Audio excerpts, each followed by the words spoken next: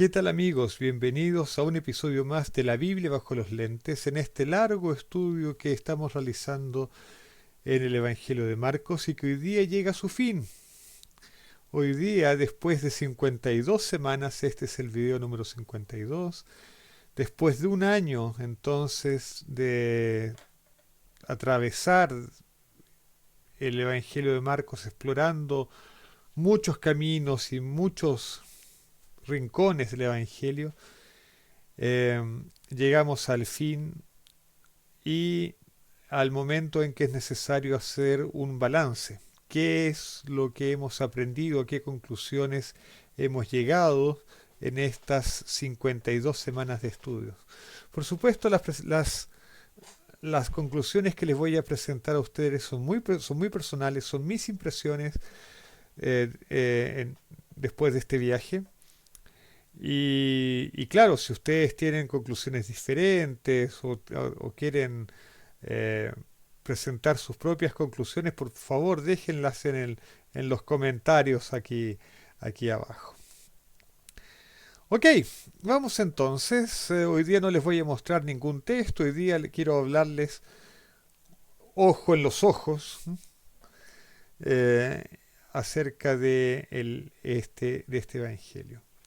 Bueno, tenemos que empezar recordando que Marcos es un evangelio anónimo, pero cuando yo hable de Marcos, pues siempre voy a estar queriendo decir el autor del evangelio que nosotros atribuimos a Marcos, o que llamamos de evangelio de Marcos.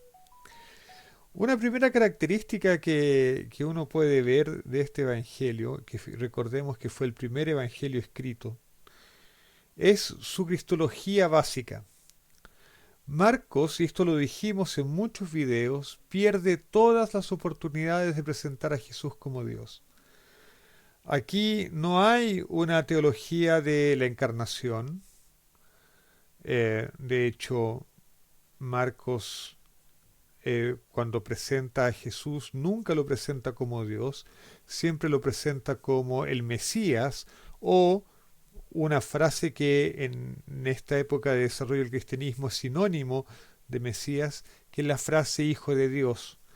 La única duda que puede surgir acerca del uso de esa expresión Hijo de Dios es cuando Marcos la coloca en boca del centurión romano en la crucifixión. Porque en el ambiente greco-romano, para un pagano, Hijo de Dios puede significar efectivamente alguien de naturaleza semidivina, un semidios. Pero también puede ser un héroe. Y yo me imagino que es en esa acepción en que Marcos coloca en boca del centurión dicha expresión. Pero en todos los demás contextos, cuando Jesús es llamado Hijo de Dios o cuando es llamado Mesías, lo que está queriendo decir Marcos es que Jesús es el Rey escatológico llamado a traer el reino de Dios en este mundo y destinado entonces a gobernar por este mundo, sobre este mundo. No hay ninguna implicancia divina en eso. Si es que la cristología de Jesús, de Marcos, la cristología presentada en Marcos, es una cristología muy básica, muy primitiva, muy distinta a la cristología más desarrollada que va a presentar el Evangelio de Juan, por ejemplo, escrito hacia el final del siglo primero. Eh, como les decía, Marcos no sabe de la encarnación. Jesús en el Evangelio de Marcos no es la encarnación de Dios, no es Dios encarnado. Eh, de hecho, la, la cristología que presenta Marcos parece ser adopcionista, es decir, para Marcos, y esto lo comentamos en su momento, Jesús no nace Mesías, él se transforma en Mesías en el momento de su bautismo, cuando se abren los cielos y Dios lo proclama como Mesías. Y es por eso que a Marcos no le importa la infancia de Jesús, él no sabe nada acerca de los años anteriores a su ministerio. También la escatología de Marcos es bastante básica. En Marcos capítulo 13, por ejemplo, parece, y eso lo comentamos, parece limitarse a la destrucción del templo y a la destrucción de Jerusalén. Eh, para Marcos, la venida de Jesús tiene que ser muy próxima a la destrucción de Jerusalén. No, no concibe Marcos un, un- un tiempo, un lapso prolongado, una espera prolongada más allá de la caída de Jerusalén. Por supuesto, Marcos prevé, el Evangelio de Marcos sabe de una segunda venida, sabe de un regreso de Jesús, pero nada indica en Marcos que esa segunda venida fuese a ocurrir mucho después de la caída de Jerusalén. Así es que en ese sentido la escatología de, mm, de Marcos, primero es muy judía, eso lo dijimos, está íntimamente emparentada a los libros de Macabeos y el libro de Daniel. Eh, es un poco osada porque lo que la literatura judía aplicaba a los griegos, a Antíoco Epifanio, Marcos lo aplica a los romanos. En ese sentido es innovadora la escatología de Marcos, pero es una escatología acotada, es decir, eh, no, no desarrolla una historia del cristianismo, vamos a decirlo así. Otra cosa que me impresiona del Evangelio de Marcos es que contiene muy poca doctrina de Jesús, tiene muy pocos dichos de Jesús. Uno tiene pocos discursos, algunas discusiones con sacerdotes y fariseos, pero no hay una exposición de la doctrina de Jesús. Lo que sí hay muchos hechos. Entonces uno ve en el Evangelio de Marcos a Jesús como un hombre de acción. Es como si el Evangelio nos dijera, déjate de discutir y empieza a actuar. De hecho, las discusiones que Jesús tiene, los debates que Jesús tiene con fariseos, con saduceos, con escribas, no son relatadas bajo una luz muy positiva. De hecho, Jesús parece cansado de debatir, no es lo que le gusta. Incluso cuando hay un fariseo que interroga a Jesús acerca de cuál es el mayor de los mandamientos, Jesús le responde que el primero es amar a Dios y que el segundo es amar al prójimo, y el fariseo lo felicita por la respuesta. Jesús le dice que él no está lejos del reino de Dios. Pero entonces este fariseo, que incluso tiene una comprensión correcta de la doctrina de Dios y de las enseñanzas divinas, no es por eso que él va a entrar en el reino, sino que solamente eso lo deja cerca del reino, pero no lo hace entrar todavía. Es como si Jesús estuviese diciendo, ok, ahora que tú sabes, ahora que tú entiendes, eh, deberías empezar a actuar, porque no basta saber, hay que actuar. Ahora tú eso que sabes, de que lo importante es amar a Dios y amar al prójimo, eso lo tienes que llevar a la práctica, tienes que realizarlo en tu vida.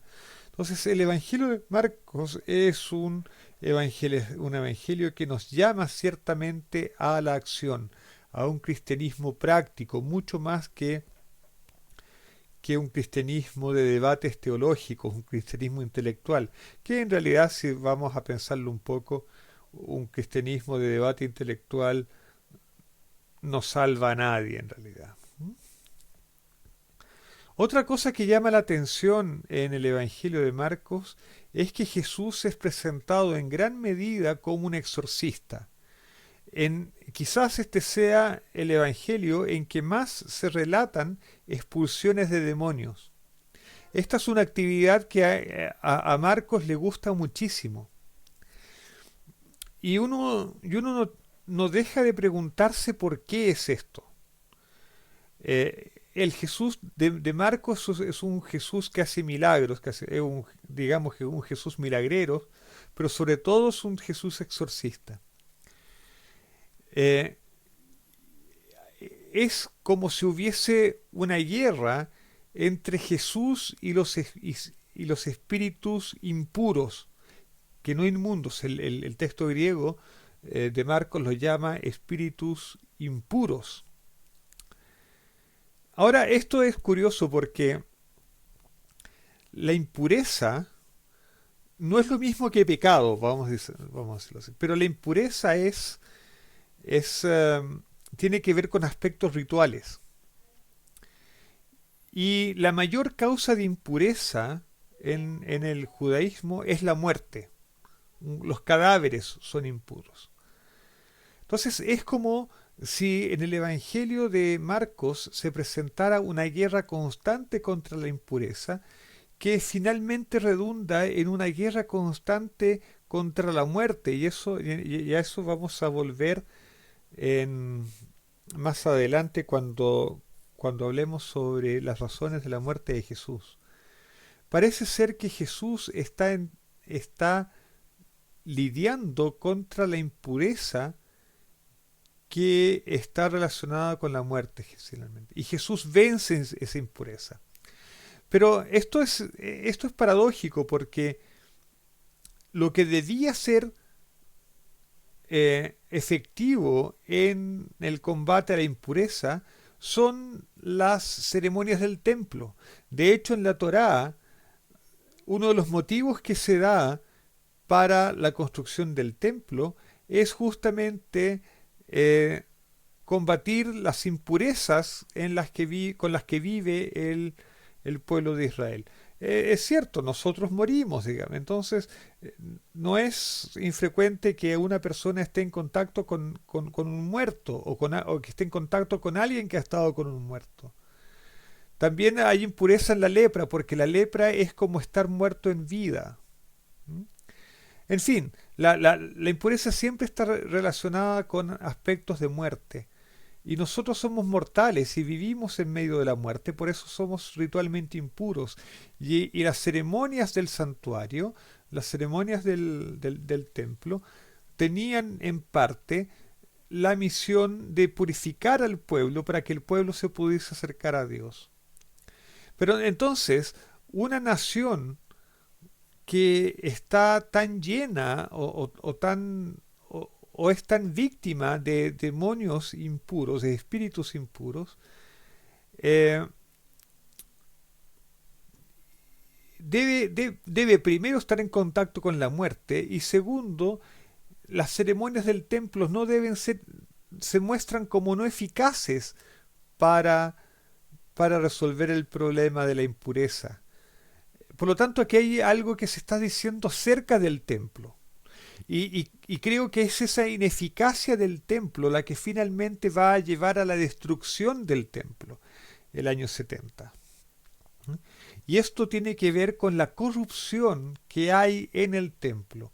Yo creo que en una lectura subterránea del Evangelio de Marcos hay un tema de conflicto con el templo de Jerusalén. De hecho, probablemente lo repita más adelante, los responsables de la muerte de Jesús en el Evangelio de Marcos son los líderes relacionados con el templo, son los saduceos, los sacerdotes y los escribas relacionados al templo. Pero en fin, otra cosa curiosa de esto de Jesús como exorcista es que los demonios, los espíritus inmundos, reconocen a Jesús. En contraste con los sacerdotes, los escribas e incluso los fariseos que no lo reconocen como Mesías. Entonces aquí hay una cosa importante. Los demonios saben lo que los líderes del pueblo de Dios no llegan a vislumbrar. Pero por otro lado, el conocimiento de quién es Jesús no hace que los demonios o los espíritus inmundos o impuros se purifiquen o lleguen a ser salvos, entre comillas, como sea lo que eso signifique, sino que saben quién es Jesús, incluso declaran quién es Jesús, lo confiesan, entre comillas, pero eso no los ayuda en su condición, siguen siendo espíritus impuros. Por lo que el Evangelio nos dice que no basta con saber quién es Jesús. Saber quién es Jesús nos debe llevar a tomar decisiones que nos muevan a acciones. De hecho, eso es en parte lo que nosotros vimos con el final abierto de Marcos, ¿no? En en el final abierto, eh, uno tiene que preguntarse, bueno, ¿qué hacemos con este Jesús? Ahora que sabemos que Jesús murió, que resucitó, que expulsó demonios, que sabemos que este Jesús es a quien Dios había enviado para instaurar el reino y que está confirmado por el hecho de la resurrección. Ahora, ¿qué hacemos con él? Y tenemos el ejemplo trágico de las mujeres que por miedo se quedan calladas y no anuncian las buenas noticias. Bueno, ahora ¿qué hacemos? Ahora que sabemos quién es Jesús, ¿nos vamos a quedar callados? ¿Vamos a confesarlo, pero no cambiar nuestras acciones y quedarnos en la misma situación que los espíritus impuros? Eh, el Evangelio de Marcos nos llama a no solamente conocer a Jesús, sino que actuar en consecuencia a saber quién es Jesús. De hecho, hay un libro muy famoso del pastor Bullón, ¿no es cierto?, que se titula Conocer a Jesús es todo. Pero hay que tener un poco cuidado con ese título, porque según el Evangelio de Marcos, efectivamente conocer a Jesús es todo, siempre y cuando ese conocimiento te mueva a una vida distinta, a una vida adherida a Dios.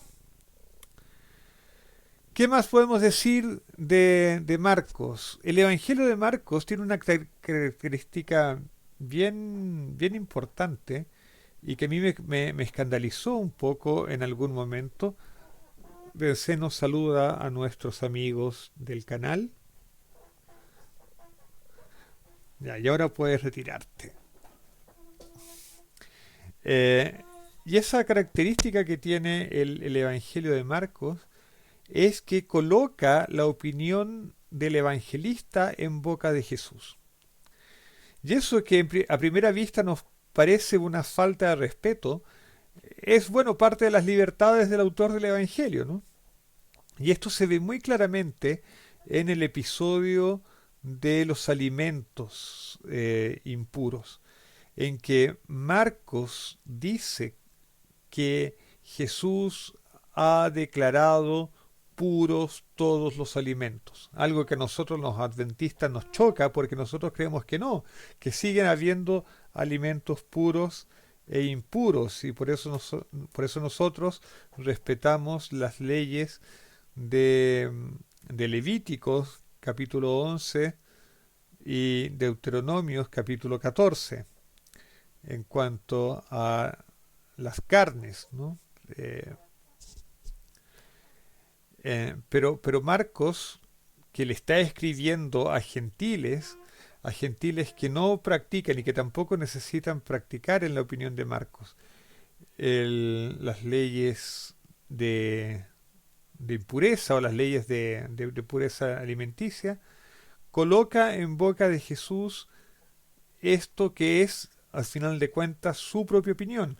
Cuando comentamos ese episodio dijimos que ciertamente Jesús no enseñó eso, porque si lo hubiese enseñado, no hubiese habido el conflicto que hubo en la iglesia primitiva acerca de si era posible comer carnes sacrificadas a los ídolos, por ejemplo. Y enfatizamos que Mateos, que usa la información del Evangelio de Marcos, saca ese añadido de Marcos, ese comentario de Marcos, lo saca y no lo coloca en su Evangelio.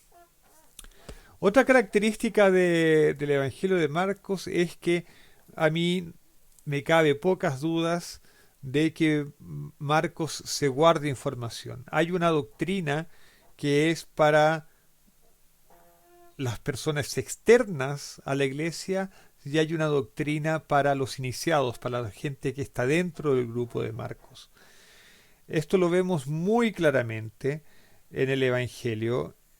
Eh, para empezar, el Evangelio dice que Jesús enseñaba en parábolas para que la gente de afuera escuchando no entendiera y que la explicación de las parábolas solamente se las reservaba al grupo de los discípulos. Y hay y, y de hecho hay enseñanzas específicas que Jesús hace para los discípulos en el Evangelio y no para la gente de afuera. Así es que eh, Marcos es selectivo en ese sentido. Él, él parece mostrar de que no hay que enseñarle a la gente de afuera todo, sino que hay un grupo, hay un cuerpo de enseñanza que está reservada para los que ya se han unido a la iglesia.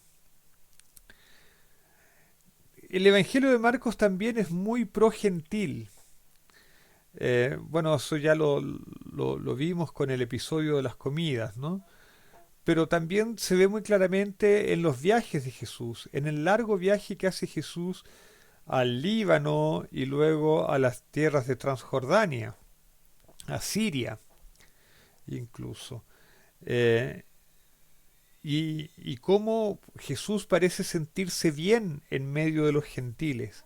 Y cuando regresa a, a Galilea y sobre todo a Judea, eh, Jesús parece molesto por la oposición que encuentra entre los judíos.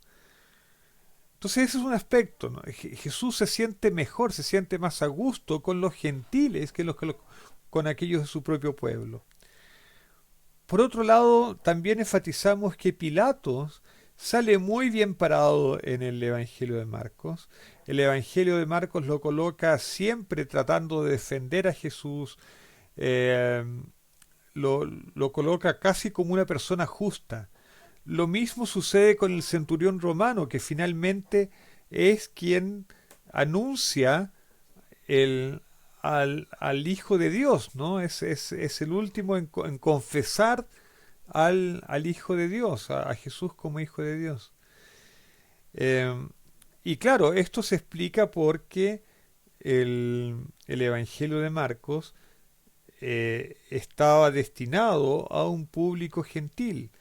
Y lo que Marcos quiere hacer es convencer no solamente que los gentiles son aceptados por Jesús, sino que son aceptados de muy buena gana y Jesús se siente muy bien con ellos.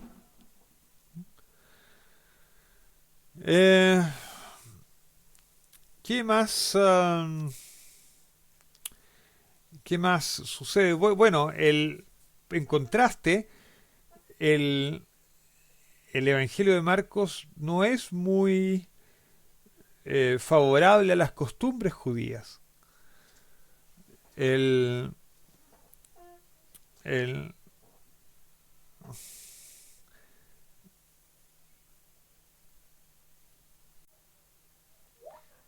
Decíamos que el Evangelio de Marcos no es muy favorable a las costumbres judías. Por ejemplo, evidentemente, costumbres como el lavado de manos o como la distinción entre alimentos puros e impuros no, no son, no son bien vistas, digamos. E incluso el sábado es presentado bajo luces restrictivas, así es que tampoco es muy bien visto. Eh, ¿Qué más? Bueno, el Evangelio de Marcos también en su brevedad es un evangelio que no desarrolla mucho los personajes. Nosotros vemos que aparece una sola vez María, la madre de Jesús, indirectamente, aparece hacia el final María Magdalena, pero son personajes nombrados, los propios discípulos son casi insignificantes en comparación con Jesús, digamos. No hay un desarrollo de sus personajes. Judas tampoco es muy desarrollado. Eh, en otros evangelios, por ejemplo, Judas va a ser visto como alguien absolutamente perverso, como el que roba de la tesorería del grupo de Jesús, digamos. No es solamente el traidor, sino que es una persona intrínsecamente mala casi. Pero en el Evangelio de Marcos no, en el Evangelio de Marcos Judas traiciona a Jesús, entrega a Jesús, pero sin ahondar en los motivos, no se nos explica por qué. Eh, y finalmente yo creo que llegamos a un punto crucial que es preguntarnos por qué muere Jesús. El Evangelio no nos, no nos muestra una razón, no nos explica realmente por qué tiene que morir Jesús. Solamente se nos dice que Jesús anuncia su muerte, coloca como responsables a los sacerdotes y a los escribas, no a los fariseos ni los romanos. Y aquí vemos de nuevo el conflicto con el templo. Pero no hay una explicación del propósito de la muerte de Jesús. De hecho, este es un problema en el Nuevo Testamento. En el Nuevo Testamento hay al menos cuatro interpretaciones de la muerte de Jesús. En Primera de Pedro, por ejemplo, se muestra la muerte de Jesús como un rescate, lo cual es problemático porque la pregunta es, ¿a quién se le hace ese pago de rescate? O sea, la muerte de Jesús sería el pago por un rescate, pero ¿a quién le estamos pagando? O sea, ¿es acaso el sacrificio de Jesús un sacrificio hacia el mal? Como cuando en Brasil hay que atravesar con el ganado un río con pirañas, se tira primero un par de vacas al río para que las pirañas se coman esas vacas y luego pasa el resto del rebaño. También en el libro de Hebreos se habla del sacrificio de Jesús como propiciación, pero propiciación significa hacer a un Dios propicio, es decir, hacer que se aplaque la ira de Dios. Y realmente tenemos que hacer que Dios sea propicio a nosotros. ¿Realmente hay que aplacar la ira de Dios? En Romanos, el sacrificio de Jesús es visto como sustitutivo, en que Jesús tiene que morir en nuestro lugar. Pero la Torá enseña que nadie va a morir por el pecado de otros. También en Romanos se muestra la muerte de Jesús como una victoria sobre la muerte. Y yo creo que esta es la interpretación que más se ajusta al espíritu del Evangelio de Marcos. Yo creo que la muerte de Jesús y su resurrección en Marcos es una victoria sobre la muerte que finalmente es la causa de toda la impureza contra la que Jesús combate en el Evangelio. Entonces Jesús estaría venciendo la muerte como causa de impureza y como causa de nuestro alejamiento de Dios. Es la muerte finalmente, el hecho que somos mortales, que estamos rodeados por muertes, lo que nos mantiene alejados de Dios.